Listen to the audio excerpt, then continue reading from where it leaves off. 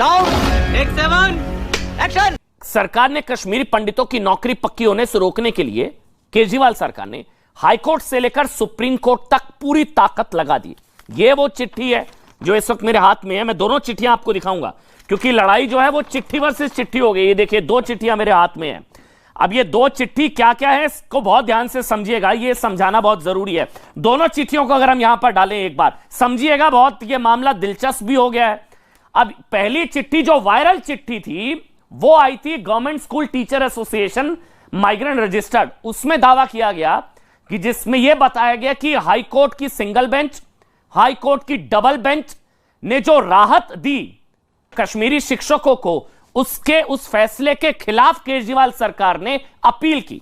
उसमें यह बताया गया कि 18 मई 2015 को हाईकोर्ट ने शिक्षकों को नियमित करने का आदेश दिया। दिल्ली सरकार ने हाईकोर्ट के आदेश को डबल बेंच में चुनौती दी। उसके बाद 21 मई 2018 को हाईकोर्ट की डबल बेंच का शिक्षकों के पक्ष में एक और फैसला। फिर आगे क्या हुआ?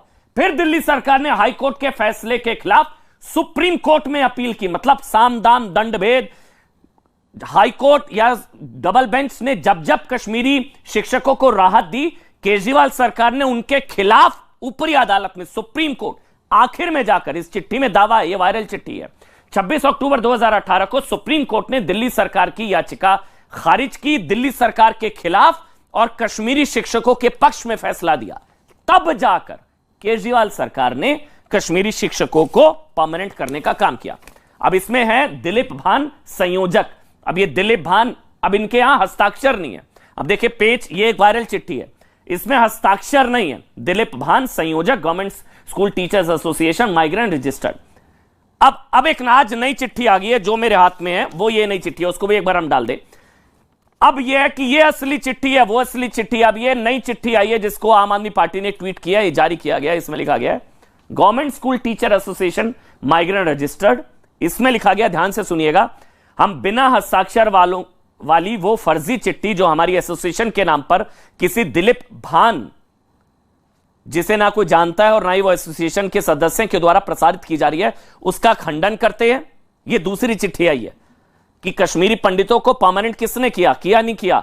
अब इसमें कहा गया कि भाई दिल्ली सरकार ने तो हमारे लिए बहुत कदम उठाए। हम ये बार बार कहना चाहते हैं कि दिल्ली के चुने हुए मुख्यमंत्री अरविंद केजरीवाल ने कश्मीरी माइग्रेंट शिक्षकों की मदद की और दिल्ली कैबिनेट के जरिए नीति बनाकर इस तारीख में हमें नियमित किया।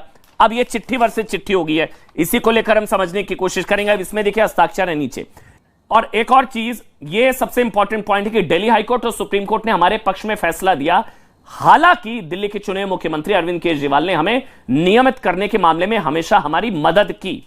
अब फैसले के ये तीसरा इंपॉर्टेंट जो दोनों पॉइंट को खारिज करता है कि हालांकि, ध्यान से सुनिएगा, इस चिट्ठी में भी लिखा गया, हालांकि दिल्ली हाईकोर्ट सुप्रीम कोर्ट ने हमारे पक्ष में फैसला दिया, हाईकोर्ट ने दिया, फिर सुप्रीम कोर्ट ने दिया, लेकिन मामला सुप्रीम कोर्ट तक पहुंचा कैसे? ये तो सवाल है ना कि क्या अपील की गई थी कश्मीरी शिक्षकों के पक्ष में जो फैसला आया, क्या उसके खिलाफ 2015 में अपील की गई? नंबर एक। क्या डबल बेंच का जो फैसला है 2018 में, क्या उसके खिलाफ सुप्रीम कोर्ट में अपील की गई थी नहीं की गई थी? ये नहीं समझ में आ रहा है अभी, क्योंकि कौन सच्चा कौन झूठा, ये कौन सगा किसने ठगा और इसमें देखिए, इसमें लेकिन हस्ताक्षर है, इस चिट्ठी में हस्ताक्षर है टीके भट्ट जनरल सेक्रेटरी और विनय विशन ट्रेजरर, इसमें इस चिट्ठी में हस्ताक्षर है। तो चिट्ठी वैसे चिट्ठी हो गया। कश्मीरी शिक्षकों को किसने ठगा, कौन किसका सगा, इस पर हम बात करेंगे।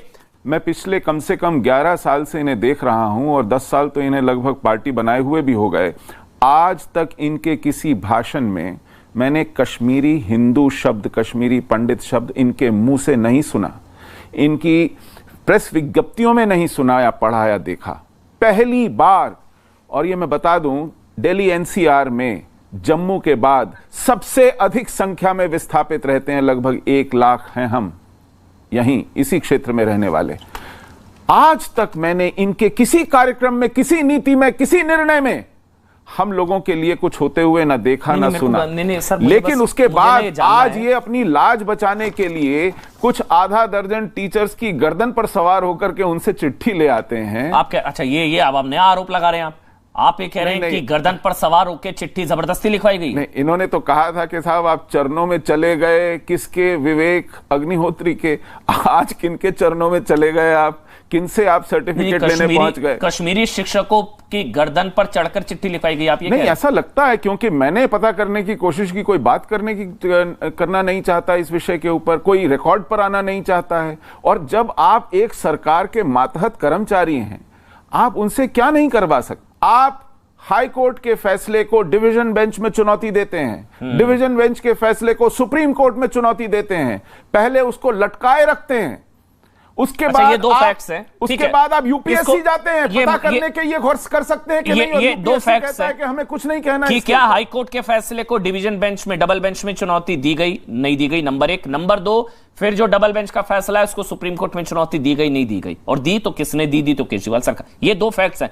जो व्यक्ति आपके साथ बैठे हैं, जिनसे अभी आप पूछ रहे थे, सुशील पंडित, क्या जो उनका इतिहास नहीं जानता होगा, मैं उनको बताना चाहता हूं, पिछले 30 साल से कश्मीरी पंडितों की जो लड़ाई लड़ने वाले अगर आपको मुख्य चेहरे देश में देखेंगे, उनमें एक सुशील पंडित जी है। और आज सुशील पंडित जी ने जो कहा आपसे, ऐसी ही बातें और भी कश्मीरी पंडित कह रहे हैं। मैं आपको एक उदाहरण देना चाहता हूं। अमित रैना, जिन्होंने ये कोर्ट के अंदर अपील डाली कि बिट्टा कराटे, यासीन मलिक और इन सब लोगों को जेल की सलाखों में, और जो भी केस की अपील डाली, उन अमित रैना जी ने आज ट्वीट किया। उन्होंने कहा, हमारे कश्मीरी पंडित टीचरों को दिल्ली सरकार की तरफ से फोन करके धमकाया जा रहा है। उनको कहा जा रहा है कि अगर तुम ये स्टेटमेंट नहीं दोगे तो तुम नतीजे भुगत लेना। ये उनकी ट्वीट वहां पे मौजूद है। कश्मीरी पंडित एक्टिविस्ट है और ये वो व्यक्ति है जिन्होंने कोर्ट के अंदर अपील डाली है। आप चाहे तो वो ट्वीट में आपको दिखा सकता हूं टीवी चैनल के ऊपर। लेकिन जो सुशील पंडित जी ने बात कही, आज विषय ये नहीं है कि ये कश्मीरी जो, उसके बाद ये तो सारे फैक्ट हैं। चिट्ठी, आप दोनों चिट्ठियों को छोड़ दीजिए, दोनों चिट्ठी सच्ची और झूठी हो सकती है। कोर्ट के रिकॉर्ड तो सच्चे झूठे नहीं हो सकते। लोअर कोर्ट ने जब 2015 में इसको ऑर्डर को रिजेक्ट किया, कहा कि कश्मीरी पंडित जो टीचर एसोसिएशन है उनको न्याय मिलना चाहिए, तो ये दिल्ली सरकार हाई कोर्ट के सिंगल बेंच में गई। हाई कोर्ट ने भी दिल्ली सरकार की अपील को रिजेक्ट किया, डबल बेंच में गई। डबल बेंच ने भी कश्मीरी पंडित टीचर एसोसिएशन को न्याय दिया। ये सुप्रीम कोर्ट में गए। ये 4 साल 5 साल तक अगर ये न्याय देना चाहते थे तो ये 4 साल 5 साल तक ये क्यों गए? क्यों नहीं इन्होंने उस समय कहा कि हम कोर्ट के अंदर नहीं जाएंगे? आज ही जब इनकी सरकार 2013 के अंदर बनी थी, ये कहते कि जो इनके साथ अन्याय हुआ है 2010 के अंदर जो अपील डली थी, हम उनको न्याय देते हैं। ये 7 साल 8 साल तक इन्होंने केस को क्यों खींचा? लेकिन 2010 में अपील डली थी। लेकिन जो सबसे बड़ा सवाल है, लेकिन बग्गा जी, आप जिनके बात चालू कहां से, आप जिनकी तरफ से बोल रहे हैं, वो तो चिट्ठी जारी, वो जो चिट्ठी जारी करके कह रहे हैं उसमें साइन है टीके भट्ट, विनय विशन, किरण कौल, सुनीता धर, सबके साइन है इसमें। अब ये झूठ बोल रहे हैं या आप, मतलब ये तो चिट्ठी आई है। आप ये सुशील जी ने कहा, जो अमित जी ने कहा कि जिस तरीके से टीचर्स के ऊपर तलवार हो सकती है, सुशील जी ने एक डाउट में कहा, लेकिन अमित जी ने जो कहा मैंने बताया। लेकिन मैं कह रहा हूं उसको दोनों को छोड़ दीजिए, दोनों चिट्ठियों को साइड कर देते हैं। क्या कोर्ट के रिकॉर्ड झूठे हो सकते हैं? कोई भी जा सकता है। मैं तो कह रहा हूं कोई भी हाई कोर्ट की उस पर वेबसाइट पे जाए, सुप्रीम कोर्ट की वेबसाइट पे जाए, ना बीजेपी की माने ना आम आदमी पार्टी की माने, हाई कोर्ट और सुप्रीम कोर्ट की वेबसाइट पे जाए और वहां देखे कि उस केस के खिलाफ अपील करने वाला कौन था। दिल्ली सरकार थी कि नहीं? दिल्ली सरकार के वकीलों ने वहां आके कहा था कि नहीं, कि होना चाहिए कि नहीं होना चाहिए, ये न्याय नहीं मिलना चाहिए। उन्होंने कहा था कि नहीं कहा था, इनको ये नहीं